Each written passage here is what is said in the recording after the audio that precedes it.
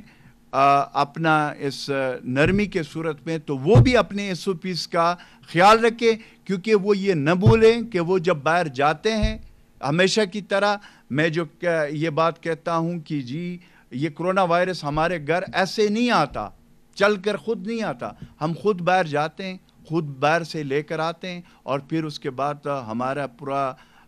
Family, ہمارے پیارے جو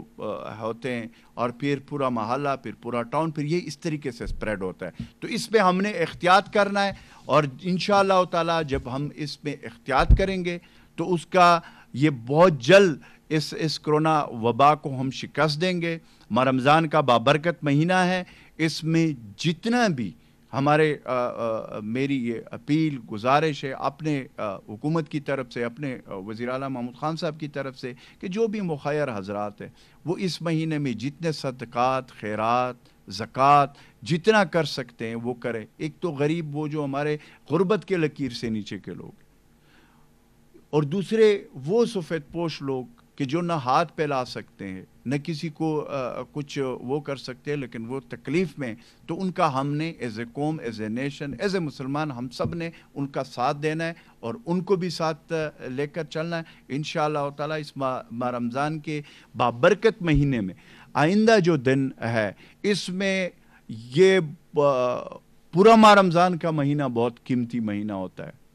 اور پھر آئندہ جو دن ہیں یہ بہت قیمتی ہے۔ اس میں میری تمام عوام سے یہ ایک اپیل ہے کہ اپنے گھروں کو عبادات گاہ بنائیں، اور وہاں پہ اللہ تعالیٰ سے گڑ گڑائیں